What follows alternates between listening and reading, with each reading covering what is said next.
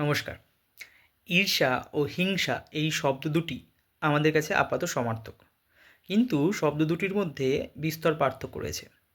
আসলে ঈর্ষা শব্দটি অর্থ একটি মানসিক অতৃপ্তি। যখন অন্য কোনো পরিচিত ব্যক্তির কাছে কোনো একটি বস্তু, সেটা মেধা হতে পারে, সেটা তাদের প্রতিভা হতে পারে, তাদের কোনো মূল্যবান বস্তু হতে পারে, অথবা কোনো যোগ্যতাও হতে পারে। সেইটি যখন অন্যের কাছে আছে অথচ আমার কাছে নেই, সেই অভাববোধ থেকে আমার আমার মধ্যে সেটিকে লাভ করার যে আকাঙ্ক্ষা জন্ম নেয়, সেটাই হচ্ছে ঈর্ষা। ধরুন, আমার একটি বন্ধু চাকরি করে। আমারও কামনা যে ইস, ও চাকরি করে, আমিও যদি একটি চাকরি পেতাম। এটি হচ্ছে ঈর্ষা।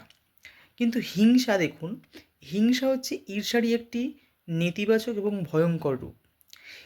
ঈর্ষা যদিও শুধুমাত্র সেটিকে কামনা অর্থাৎ প্রার্থনা করছে, আকাঙ্ক্ষা করছে, কিন্তু হিংসা কী করবে? হিংসা সেটিকে নষ্ট করতে সচেষ্ট হবে। অর্থাৎ আমার বন্ধুর চাকরি রয়েছে, সে সুতরাং তার চাকরি যেন চলে যায়। আমার বন্ধুর একটি গাড়ি রয়েছে, গাড়িটি যেন অ্যাক্সিডেন্ট হয়ে যায়। এই যে কামনাটা, এই কামনাটা হচ্ছে হিংসা। কিন্তু ঈর্ষা সেই কামনা অর্থাৎ ক্ষতি সাধন করবে না বা অন্যের ক্ষতি সাধন চাইবে না।